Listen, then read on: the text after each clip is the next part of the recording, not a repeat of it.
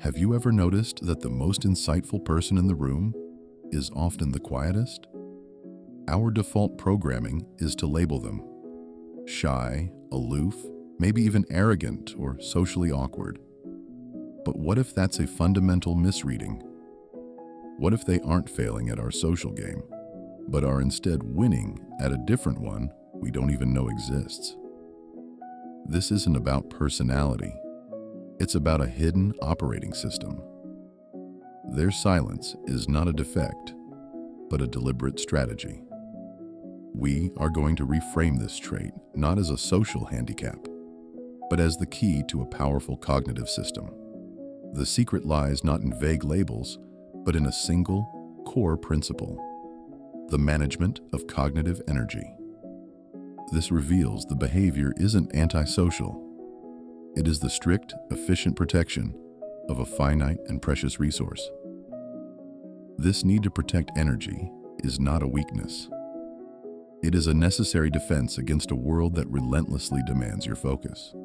If you've ever felt out of place for preferring your own company, or if you've been fascinated by those quiet minds that seem to perceive layers of reality others miss, then you have just found your tribe. We are about to crack the code that explains it all. Hit subscribe and join us on this mission. Together, we're going to unlock one of the most misunderstood, yet powerful, operating systems of the human mind. We live our lives governed by invisible laws. The law of gravity, the laws of thermodynamics, but there is one fundamental law of our inner world that we are never taught in school. It governs our moods, our relationships, and our capacity for creative work, yet it remains almost entirely unspoken. This is the universal equation of psychological energy. Let's start by dismantling a core assumption: that social interaction is a universally positive activity. It's not. To understand why, we must move beyond the vague, often judgmental labels of introvert and extrovert. Those words describe a cluster of behaviors, but they fail to explain the underlying mechanism. We need a functional model, not a personality tag. Imagine two distinct types of human operating systems. The first is the solar-powered individual. Like a solar panel, they are designed to absorb and convert external energy into internal power. They thrive in environments rich with stimuli, crowds, conversations, constant engagement. For them, a large party or a busy day of meetings is not a drain. It's a charging station. They enter a room with their energy at a baseline, and through the process of interacting, laughing, and connecting, their internal reserves swell. They leave feeling more alive, more vibrant, more themselves than when they arrived. The social world is their fuel source. Then there is the second system, the rechargeable battery. This system is fundamentally different. Its energy is not primarily drawn from the outside world. It is generated internally. It happens in states of solitude, reflection, and deep focus. The rechargeable battery starts the day with a full charge. This finite energy is then spent, transaction by transaction, on external interactions. Every conversation, every meeting, every social demand draws down the power level. While they can be brilliant, engaging, and warm in social settings, the meter is always running. Eventually, the battery will be depleted, and the only way to recharge it is to disconnect from the external world and plug back into the internal one, solitude. Here is the first critical shift in understanding. Socializing is not a simple activity. It is a cognitive transaction. And like any transaction, it can result in a profit or a loss. For the solar-powered, most social events are an energetic profit. For the rechargeable battery, most are an energetic cost. This isn't about being good or bad at socializing. It's about the fundamental direction of energy flow. Thinking of social life in this way, as an intricate web of energy exchanges, is the first step toward mastering your own system. It explains why some situations can feel simultaneously enjoyable in the moment, yet utterly exhausting in the aftermath. The experience itself might have been pleasant, but the energetic price tag was steep. Now, let's move from theory to diagnosis. This isn't a quiz, it's an exercise in self-analysis. Your task is to observe one key data point: your own state of being 12 hours after a significant social event, a wedding, a conference, a long holiday dinner with extended family. Forget how you performed during the event. Forget whether you had a good time. Focus only on your system's output the next morning. Do you wake up feeling buzzed, still riding the wave of connection and eager for more? Do you find yourself replaying conversations with a sense of warmth and fullness? That is the signature of a solar-powered system. Or do you wake up feeling hollowed out? Is there a sense of profound mental quiet? A feeling of being overdrawn? Do you feel an almost physical craving for silence and a complete lack of stimulation? If this sounds intimately familiar, know this: you are not an anomaly. This is the shared physiological reality for countless individuals whose systems operate on this principle. This is the moment of clarity. By simply observing this post-social data, you identify your core energy dynamic. You are no longer a passive listener to a psychological theory. You are an active analyst, observing the output of your own system. This exhaustion is not a feeling to be dismissed or a personal failure to be ashamed of. It is an undeniable system report. It is the objective data confirming your battery has been drained and requires an immediate recharge. Of course, this exists on a spectrum. Not all interactions are created equal, and the energetic cost fluctuates. A high-intensity event demanding constant monitoring of multiple social cues carries a steep price. In contrast, a deep, one-on-one conversation with a trusted mind can be far less costly, sometimes even neutral. The equation isn't just about the quantity of social interaction, but its quality and complexity. This framework, solar-powered versus rechargeable battery, is infinitely more useful than the old labels. It replaces judgment with strategy. It allows you to stop asking, "What's wrong with me?" and start asking, "How does my system work? And how can I best manage my energy?" We now have the foundational equation. We understand that for a vast number of people, the social world comes at a cost. The next logical question is, why? What specific elements of social interaction are so uniquely draining to the rechargeable battery system? What is it about the external world that makes plugging into it so expensive? So, we have the equation. We know that for many, social interaction is a net energy cost, but the critical question remains, why? What is it about the external world that is so uniquely depleting? The answer isn't about shyness or a lack of social skill. It's about a fundamental mismatch between the mind's native operating system and the demands of the environment. The outer world exerts a powerful push on the rechargeable battery system, and this push is driven by one core problem: a massive, unavoidable expenditure of cognitive resources. Let's begin by installing a single, powerful metaphor. Imagine your mind as a high-performance computer with its own native, powerful operating system, designed for deep analysis and creative problem-solving. Now, imagine that to interact with the world, you are forced to run a foreign, poorly optimized piece of software on top of it: the social operating system. This system is notoriously inefficient and resource-hungry, and its primary function is to drain your processing power. Its most common program is small talk. Before we analyze why it's so draining, conduct a quick diagnostic. Think back to the last extended small talk you endured. Set aside whether it was pleasant or unpleasant. Focus only on the data. What new, valuable information did you acquire? What complex idea was explored? What meaningful connection was forged? If the answer is close to zero, you have just identified the return on your investment.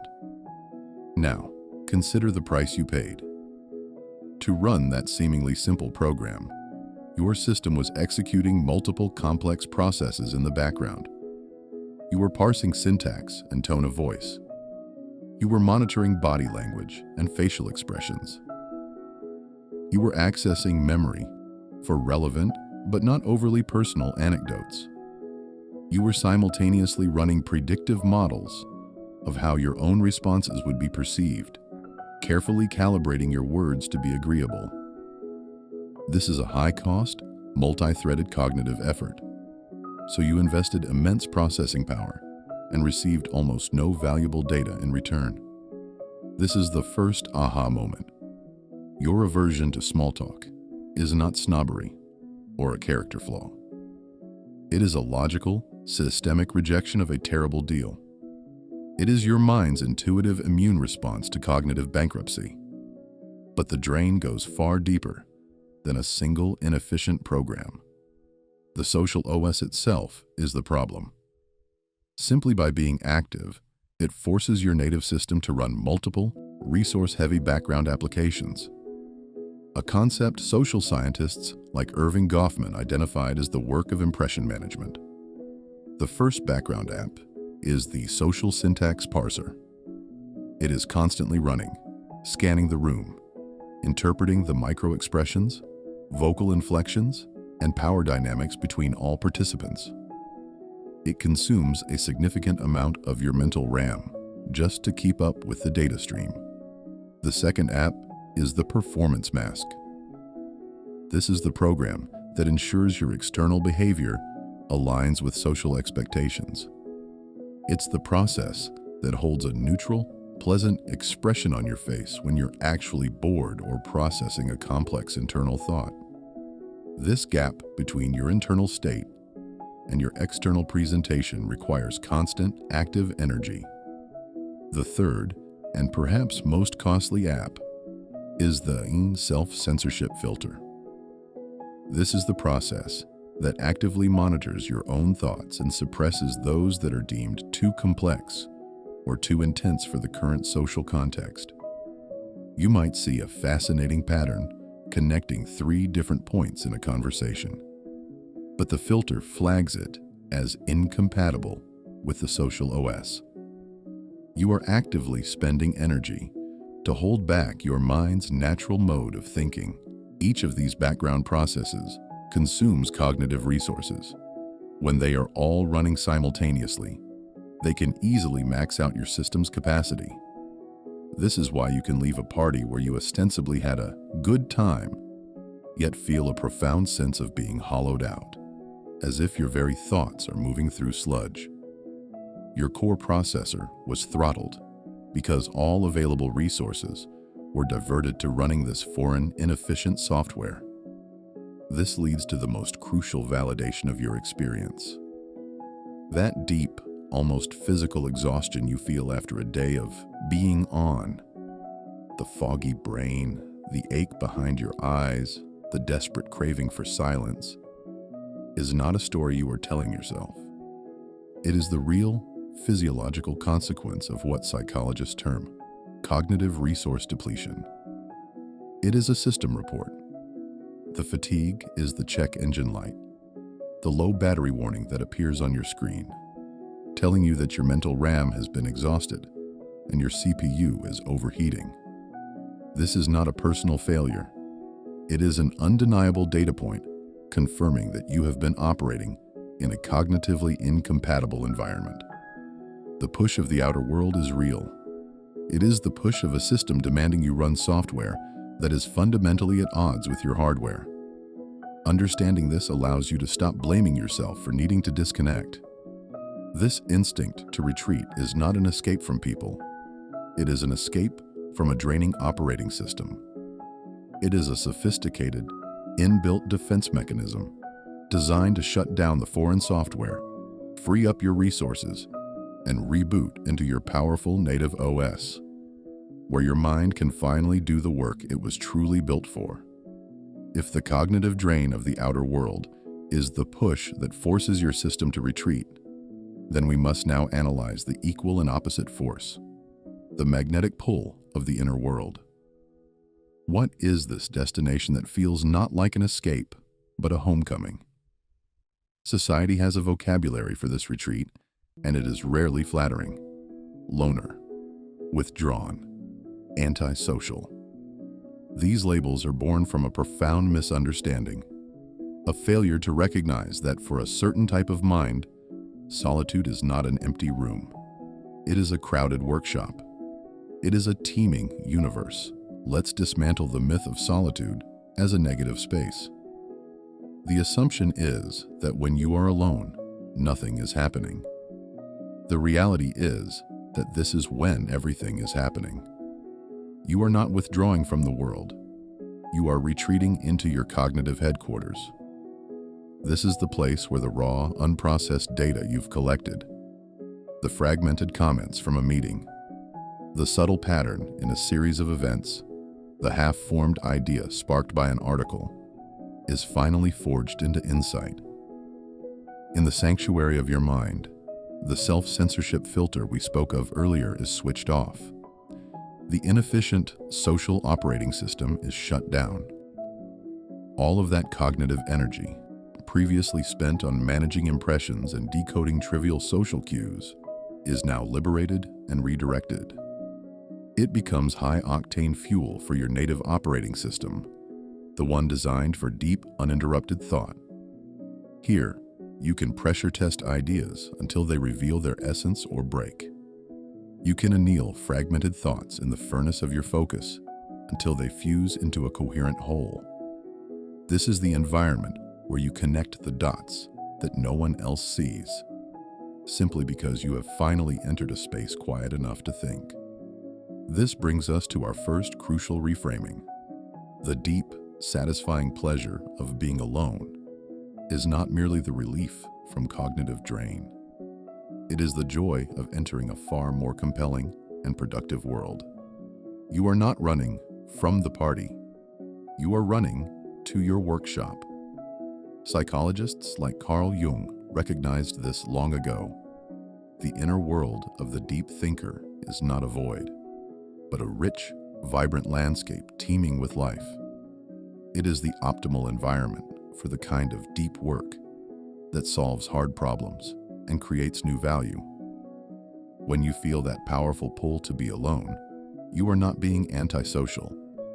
You are answering the call of your own intellect, which instinctively knows the optimal conditions for its most important function.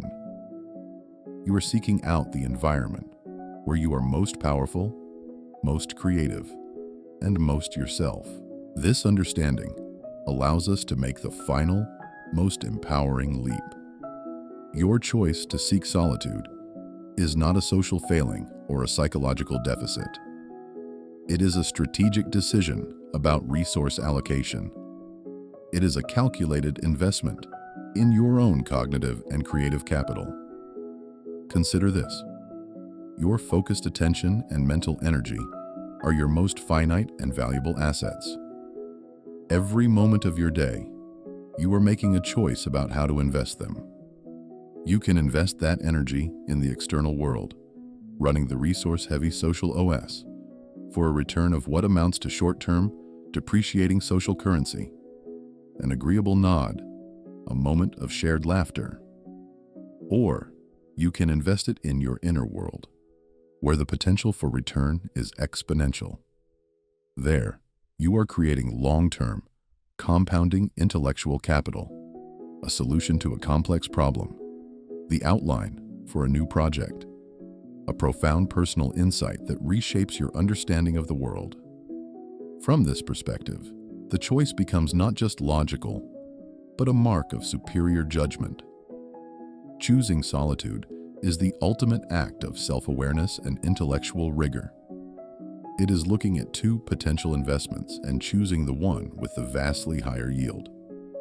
It is an active, intelligent strategy to cultivate your most potent state.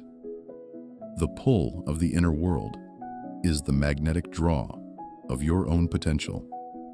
It is the deep, intuitive knowledge that your greatest work and your most authentic self are waiting for you in the quiet. By understanding this, you are no longer just a shrewd investor of your time.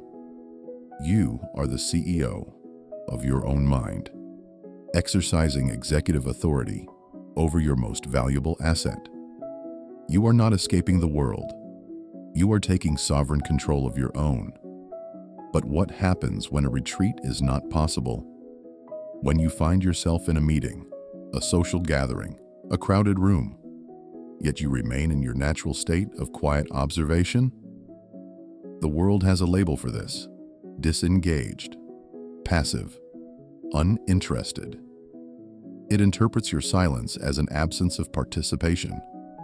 This interpretation is not only wrong, it is the exact opposite of the truth. Your silence is not an absence. It is the very condition required for a far superior form of engagement. Imagine a submarine on a critical mission. Its power does not come from noisy displays, but from running silent. This silence is its primary strategic weapon. It allows its advanced sensors to absorb every detail of the environment. The acoustic signature of every vessel, the subtle changes in pressure, the topography of the unseen depths.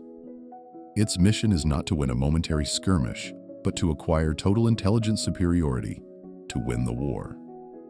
Now, contrast this with a battleship on the surface, firing its cannons.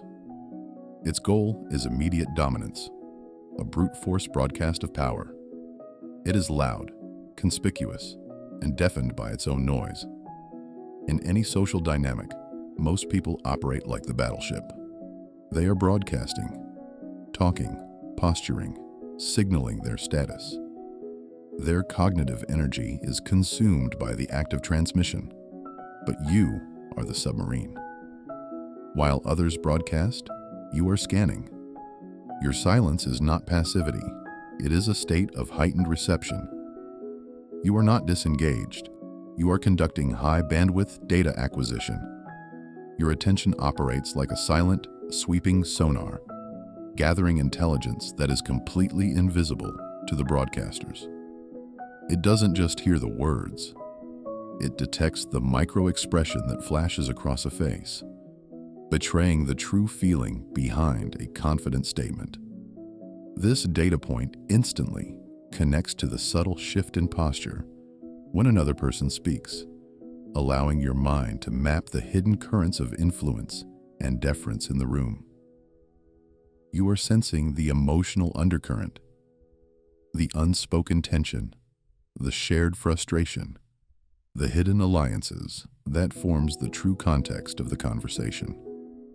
While others are caught up in the logical flow of an argument, you are identifying the fallacies and ego-driven assumptions that are glossed over in the heat of discussion. This is your first superpower. You are a master of intellectual reconnaissance. The stillness that others mistake for weakness is what allows you to perceive the true dynamics at play, building a more accurate and predictive map of reality than anyone else. This brings us to a profound shift in identity. The labels society uses, shy, introverted, aloof, are fundamentally flawed. They were not designed to describe you. They were designed by the broadcasters to pathologize any mode of being that doesn't reinforce their own. But you are not failing at their game. You are playing an entirely different one, on a completely different level. You are not antisocial. You are metasocial. The prefix meta means to operate at a higher level of abstraction, to be about the thing itself. A meta-analysis is not just another study. It's a study of studies. A metasocial individual is not just another player in the social game. They are an analyst of the game itself. To be metasocial is to operate on a separate layer of awareness. While others are engrossed in the script of the conversation, you are observing the stage, the lighting, and the actor's motivations. It is the difference between playing a video game and being the programmer who understands its source code. The player reacts to events on the screen. The programmer understands the system that generates those events. This is why you often feel like an observer, even when you are in the middle of a group. Your cognitive resources are not being deployed to play the game, but to understand its rules, its players, and its ultimate objective. Embracing this identity is liberating. It transforms your greatest perceived weakness into your most formidable strength. The feeling of being an outsider is reframed. You are not on the outside looking in. You are on a higher vantage point looking down. But the ultimate payoff of this metasocial analysis is not just a deeper understanding of the present moment. It is the key to something far more powerful: foresight. By understanding the underlying system, the fears, desires, and power dynamics that drive behavior, you gain the ability to predict the next move. You can anticipate how people will react, sidestep political traps before they are set, and identify opportunities that are invisible to those caught up in the noise. You may not win every argument in the meeting, but you leave with the strategic intelligence to win the long game. Your silence is not empty. It is full. It is the space where you see what others do not. You are not the shy person in the corner. You are the intelligence officer of the human condition, and your superpower is seeing the future. This capacity for metasocial analysis, this superpower of seeing the system behind the interactions, brings you to a frustrating paradox. You see the entire game board. You understand the hidden rules and motivations, yet you constantly feel like you're losing. Why is it that the people who seem to understand the least about the game are the ones collecting all the trophies? The answer doesn't lie in playing harder. It lies in realizing you've been using the wrong scoreboard all along. To break free, you must first recognize the two invisible systems of value that govern our lives. From the moment we are born, we are handed a default version of this scoreboard. Let's call it the external scorecard.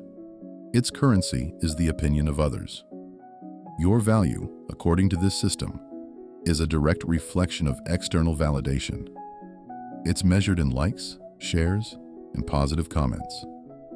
It's tallied in party invitations, promotions, and public compliments. Your worth is a stock price, fluctuating wildly with every rumor, every success, and every perceived slight from the outside world. As one writer astutely observed, when you build your identity on this shaky ground, the real you gets lost. Your life becomes a performance. Your passions get shelved, and you end up living a life half-lived. But there is another way to measure a life. It is a system that the metasocial mind, the quiet observer, is uniquely built to understand and master. This is the internal scorecard. This ledger is not kept by the world, it is kept by you. Its currency is not applause, it is progress. Its metrics are not determined by the crowd, but by your own deepest principles. The questions it asks are radically different. Instead of, "Did they like me?" it asks, "Did I act with integrity?" Instead of, "Am I popular?" it asks, "Did I learn something valuable today?" Instead of, "Did I get the promotion?" it asks, "Did I create something of substance, something that pushed the boundaries of my own ability?" The internal scorecard measures your worth against your own potential, not against the shifting opinions of others. It is stable, predictable, and entirely within your control. Now, let's conduct a quiet diagnostic. Take a moment for an honest self-assessment. Think about the last time you felt a genuine sense of failure or inadequacy. Trace that feeling back to its source. Was it triggered by a lack of external recognition? A missed invitation? A comment that was ignored? A sense that you were not seen as important in a group? Now, think about the last time you felt a quiet, profound sense of satisfaction. The kind that needs no audience. Was it after you finally solved a complex problem that had been nagging you for days? After you finished a project and knew with absolute certainty that it was the best work you were capable of producing? Was it when you mastered a new skill or had a conversation where you connected with someone on a level of deep intellectual honesty? Be ruthless in your analysis. Which scorecard has been the default program running your life? If you are like most people who possess this observational temperament, you are about to have a crucial insight. The feeling of being behind or losing at the social game is a cognitive error. It's the result of applying the external scorecard to a life that is, by its very nature, optimized for an entirely different value system. You have been meticulously crafting a masterpiece and then judging it by whether it gets enough likes on social media. You have been climbing a mountain of intellectual and personal growth and then feeling inadequate because you weren't the life of the party at the base camp. The profound realization is this: you haven't been failing at their game. You have been succeeding brilliantly at a game that is infinitely more meaningful without even realizing you were playing it. This understanding is the key to unlocking your cognitive freedom. The conscious, deliberate shift from an external to an internal scorecard is the single most powerful action you can take to dismantle the architecture of social anxiety. Anxiety is the tax you pay for outsourcing your self-worth. When you reclaim the authority to define your own value, you starve that anxiety of its fuel. This shift is the foundation of what some call your identity stack, a multi-layered blueprint of who you are. By choosing your own metrics, you are seizing control of its deepest layer. You unplug from the volatile grid of public opinion and connect to your own internal power source. The unwavering conviction of the architect who trusts their own blueprint. This blueprint, your internal scorecard, becomes the central component of your personal operating system. A compliment is no longer a life-sustaining meal. It's simply a note on the architectural drawings. A criticism is no longer a wrecking ball to your foundation. It's just data, information to be analyzed and used to strengthen the design. You stop playing for points in a game you don't respect and start building a life of substance, guided by a code you do. This is the real game. And in this game, you are not just the player. You are the architect, and you are the one who keeps score. By committing to an internal scorecard, you have already declared independence.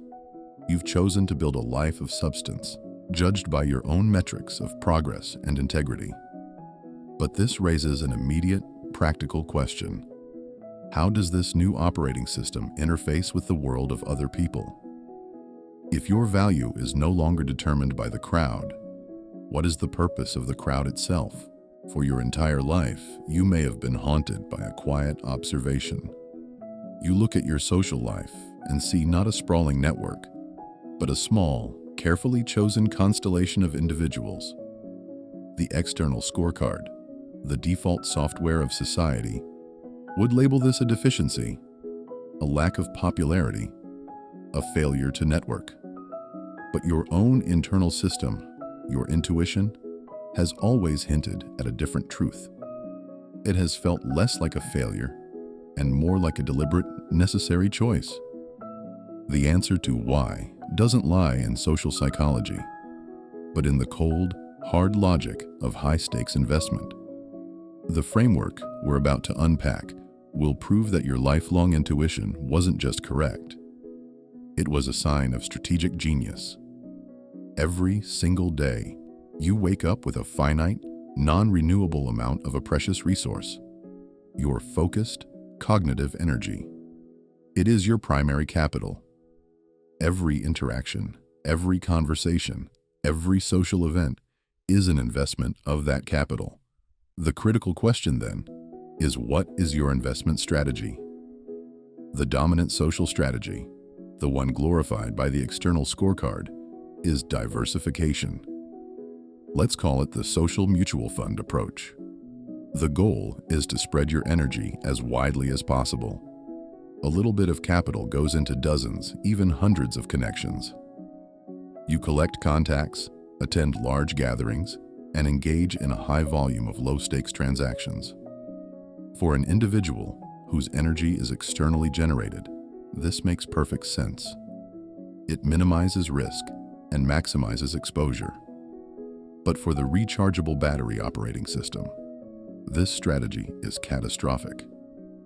It is a guaranteed path to energy bankruptcy.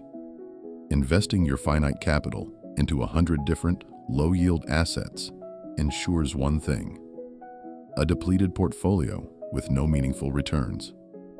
But the cost is even greater than just the direct energy loss. It is the opportunity cost. Every hour spent on shallow interactions is an hour you did not invest in mastering a skill, creating something of value, or deepening a truly meaningful bond. It is a profound misallocation of your most valuable resource. And here is the critical shift in perspective. Your intuitive preference for a small social circle is not a social handicap. It is evidence of an elite investment strategy. You are not a social diversifier. You are a social value investor. Value investing, in the financial world, is the art of ignoring market hype and frantic noise. It is a quiet, deliberate, research-intensive process. A value investor doesn't buy 100 random stocks. They perform deep, fundamental analysis on a handful of companies they believe have profound, long-term intrinsic worth. They aren't interested in a quick pop in price. They are interested in assets that will compound in value for decades. When they find one, they don't just dip a toe in. They invest significantly. They make a high conviction bet. This is precisely what your operating system has been compelling you to do your entire life. You instinctively avoid the mutual fund of shallow connections because you understand the exorbitant energy cost and the staggering opportunity cost. Instead, you practice a rigorous form of social value investing. Your small circle of friends is not a sign of unpopularity. It is a meticulously curated portfolio of high-value, blue-chip relationships. It is evidence of incredibly high standards. Think about your process. You don't grant access to your inner world lightly. You perform a kind of subconscious due diligence. The initial conversations are like reading a company's annual report. You are scanning for fundamental value. You're not asking, is this person popular? You are asking much deeper questions. Is there intellectual honesty? Is there a reciprocity of curiosity? Is there a compatibility in our cognitive models? You use your observational superpower to analyze the data beneath the surface, to understand the system of their character, not just the performance of their personality. When you find a match, a person whose mind and principles resonate with yours, you don't make a small, diversified bet. You go all in. You invest your precious energy capital into building a deep, high-bandwidth connection. These are the relationships where conversations don't drain you. They energize you. They are the friendships built on what we can call cognitive resonance, a state where your mental models align so well that communication becomes nearly frictionless. The energy typically lost in social translation is instead preserved and compounded. Each of these connections is a high-yield asset, providing immense intellectual and emotional returns that refuel your system. This is the first profound realization. Your social selectivity is a sign of superior energy management. You have rejected the high-volume, low-yield strategy of the masses and adopted the low-volume, high-yield strategy of a master investor. You are not failing at the social game. You are refusing to play a rigged game and choosing to play one with far more meaningful stakes. This leads to the second, identity-solidifying insight. You can now consciously discard the flawed labels of shy, loner, or antisocial. These are terms from the dictionary of the external scorecard. The correct term for your strategy is a concentrated portfolio. The correct label for your identity is a social value investor. Embracing this identity is transformative. It reframes your entire social history from a narrative of deficiency to a narrative of strategic intelligence. The years you spent reading a book instead of going to a party were not acts of avoidance. They were acts of capital preservation. The invitations you declined were not rejections of people. They were rejections of low-yield investments. This investment strategy is perfectly tailored to the rechargeable battery model. A true blue-chip relationship is not only high return, but also low maintenance. Deep friendships don't require constant daily validation. They are built on a foundation of trust and mutual understanding so solid that they can endure long periods of silence and be reignited instantly. This asynchronous quality is vital. It means your social portfolio can continue to grow in value without demanding constant, draining withdrawals from your energy account. Look again at your small circle of trusted allies. See it not as a sparsely populated island, but as a fortified portfolio of priceless assets. You have wisely chosen to concentrate your wealth rather than dilute it. You have opted for the compounding power of depth over the fleeting illusion of breadth. This is not a defense mechanism. It is the most logical, efficient, and intelligent strategy for building a life of profound meaning and sustainable energy. The world is full of social day traders, chasing the noise of the market. You are not one of them. You are an investor, and you only bet on what has real lasting value. Embracing the identity of a social value investor is the critical first step. But an identity without a corresponding practice is merely a comforting idea. It's like owning the blueprints to a magnificent building, but never breaking ground. You understand the why of your social strategy. Now, we must translate that understanding into the how. How do you consciously build a life that honors your internal operating system? Especially when the world is built on a different code, the default state for most people is reactive. Invitations arrive, demands are made, and we respond. Our social calendar becomes a reflection of other people's priorities, not our own. To live a life of cognitive integrity, you must shift from being a passive reactor to a conscious architect. This is the moment you stop letting your social life happen to you and start designing it for you. The most effective creators and strategic thinkers on the planet do not leave this to chance. They operate with a secret, unwritten rule book for managing their energy. We're about to decode it. The central tool for this architectural work is what we can call a social diet. Just as a nutritional diet involves the conscious selection of foods to fuel your physical body, a social diet is the intentional curation of social interactions to fuel your mental and emotional systems. This isn't about starvation or isolation. It is about intelligence. It is the framework used by those who understand that their focused energy is their most valuable asset. It's about finally treating that energy with the respect it deserves. The first principle of this diet is proactive system maintenance. Look at your calendar for the coming month. It is not just a schedule of events. It is an energy balance sheet. Every entry represents a withdrawal from your cognitive bank account. A professional architect doesn't just schedule the withdrawals, they schedule the deposits. After you pencil in a wedding, a large work conference, or a multi-day family gathering, you must immediately block out a corresponding system recharge period. This is non-negotiable. It is not a lazy afternoon. It is scheduled maintenance for your most valuable piece of equipment. You wouldn't run a high-performance engine for 1,000 miles and then act surprised when it needs an oil change and a cool-down period. Your mind is that engine. By scheduling this recharge, you are externalizing your respect for your own internal limits, transforming a vague need into a concrete, high-priority commitment. The second principle is mastering your energy accounting. Not all social calories are created equal. Some interactions are like social junk food, momentarily stimulating but ultimately leaving you feeling sluggish and depleted.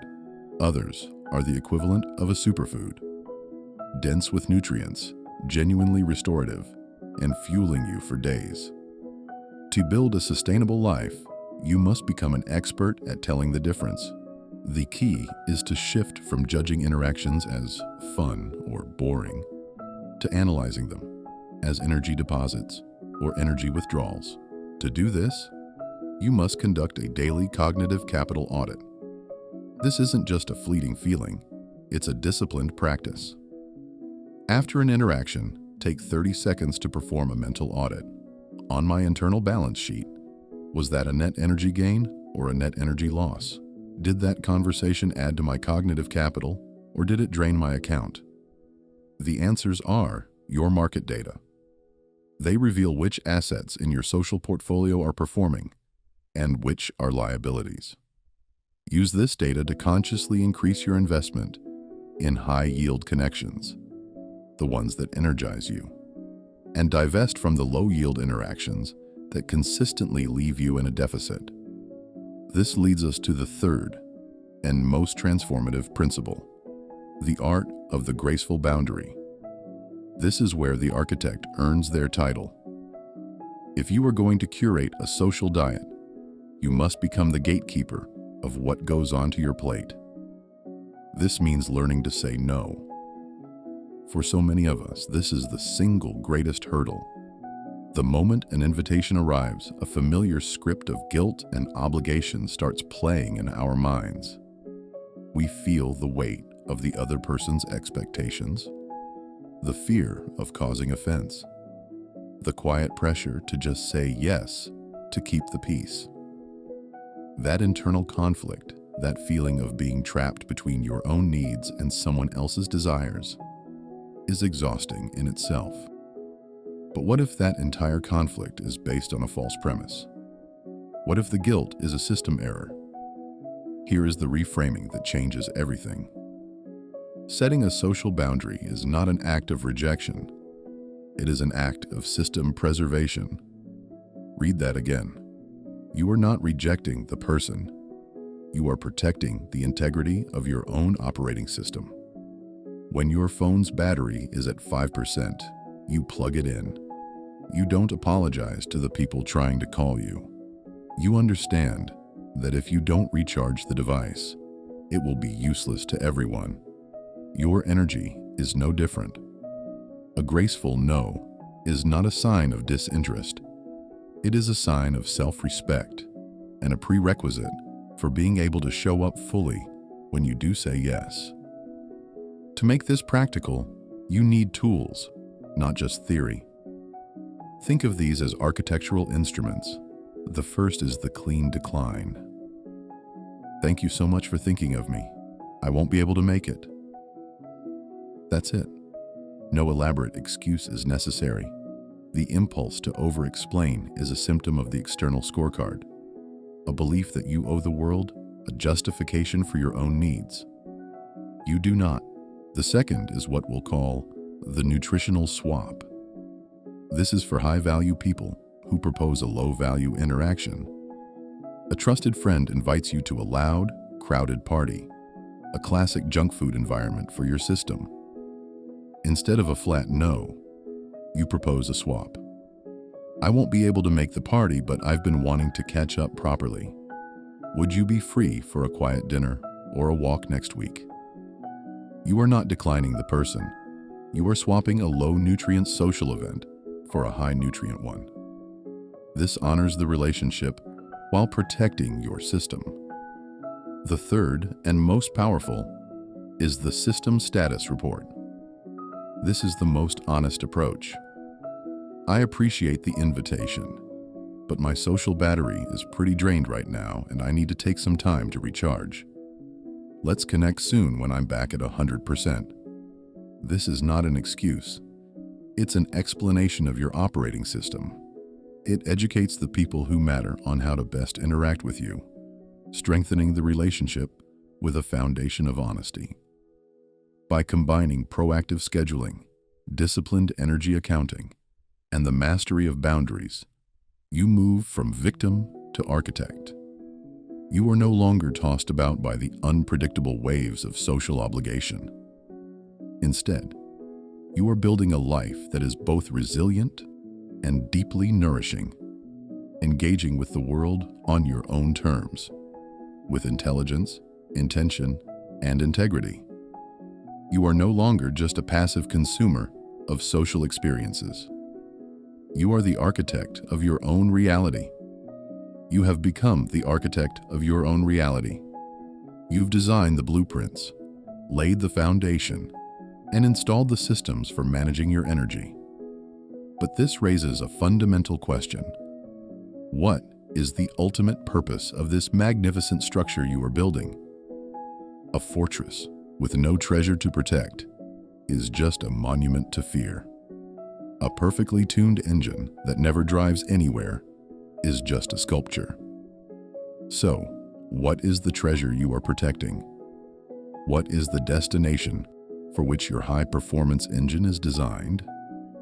To answer this, we must first look unflinchingly at the world we inhabit. It is an economy of distraction. Our modern environment is not a neutral space. It is a cognitive battlefield, a relentless war for the single most valuable and finite resource you possess, your attention. Every notification, every feed, every algorithm is a weapon engineered with near-perfect precision to fracture your focus, to pull you from a state of concentration into a state of agitated reactivity. The business model of a vast portion of our digital world depends entirely on your inability to concentrate. Now, imagine the opposite. Picture a scientist, lost in the world of her equations, on the verge of a breakthrough. Think of a programmer, entering a state of flow where the code seems to write itself. Envision an artist, so immersed in their work that hours feel like minutes. In these moments of profound, unbroken concentration, something magical happens.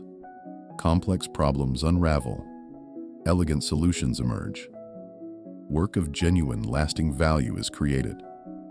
This state of intense focus is where human potential is truly unlocked. In an economy increasingly flooded with noise and shallow communication, this ability to disconnect and concentrate has become exceedingly rare. And as with any resource, what is scarce becomes valuable. This state of pure, distraction-free focus has a name. Georgetown professor Cal Newport calls it deep work.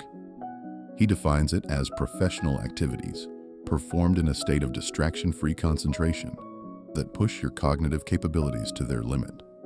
This is the opposite of shallow work, the endless churn of emails, status meetings, and social media check-ins that keep us feeling busy but rarely produce anything of substance. Look around at the modern workplace. You see brilliant people tethered to their inboxes, their days fragmented into 1,000 tiny pieces by instant messages and endless meetings. They are caught in a reactive cycle, constantly switching contexts, their cognitive energy bleeding out with every notification. They end their days exhausted, not from profound effort, but from the mental friction of 1,000 interruptions. Their focus is a mile wide and an inch deep. This is the universal struggle. So, in this landscape of universal distraction, who is best positioned to cultivate this scarce and valuable skill of deep work? Who has a natural defense against this cognitive fragmentation? The answer has been hiding in plain sight throughout our entire journey. It is you. This is the moment the entire equation flips. What you have been told is your greatest social disadvantage is, in fact, the bedrock of your greatest professional and creative advantage. Your internal operating system is a natural deep work engine. For years, you may have looked at your own system and wondered, why am I not built like everyone else? You were asking the wrong question. The right question is, what is my system uniquely built for? It is built for depth in a world that worships the shallow. It is built for focus in a world that monetizes distraction. That need for solitude is not a social liability. It is the prerequisite for concentration. That internal pull towards your own thoughts is not aloofness. It is your mind's natural gravitational field for complex problem solving. That sensitivity to overstimulation is not a weakness. It is a finely tuned alarm system, alerting you that your most valuable asset, your focus, is under attack. For your entire life, your system has been unconsciously playing defense. It has been building walls to protect you from the cognitive drain of the external world. Now, it's time to shift from defense to offense. Not an offense against others, but a strategic offense in the service of creation. The purpose of protecting your energy is not just to feel better, it's to do better. It's to fuel the profound work that only you can do. Your social diet is not just a recovery plan, it is a training regimen. The system recharge periods are not just downtime. They are the moments you sharpen the axe before you begin to chop the wood. You must stop apologizing for this operating system and start leveraging it as the competitive advantage it is. The external social world, with its constant demands, is a marketplace competing for your focus. While others willingly trade their focus for fleeting social validation, your system instinctively knows better. It understands that your attention is the raw material from which you build your skills, your projects, your entire life's work. Your system is not broken. It is a high-security vault in a world full of thieves of focus. The work, then, is to consciously give this powerful engine the mission it was designed for. Your workspace becomes a concentration sanctuary. The act of closing browser tabs, putting your phone in another room, and setting a timer for a 90-minute block of uninterrupted work is not a productivity hack. It is the ritual that activates your superpower. By embracing this, you cease to be a victim of the distracting world and become its master. You possess the scarcity advantage. You are no longer just preserving your energy, you are directing it. You are a producer of depth in a world drowning in the shallow. You are the architect of focus. We have decoded the system, navigated the push of the outer world and the pull of the inner, and shifted from an external game to an internal scorecard. So what is the ultimate reward for this profound work? What is the final destination for which this entire architecture was designed? It is the state of no longer having to apologize for your nature. It is the power to look at the exhausting, noisy game of external validation and deliberately, strategically, choose not to play.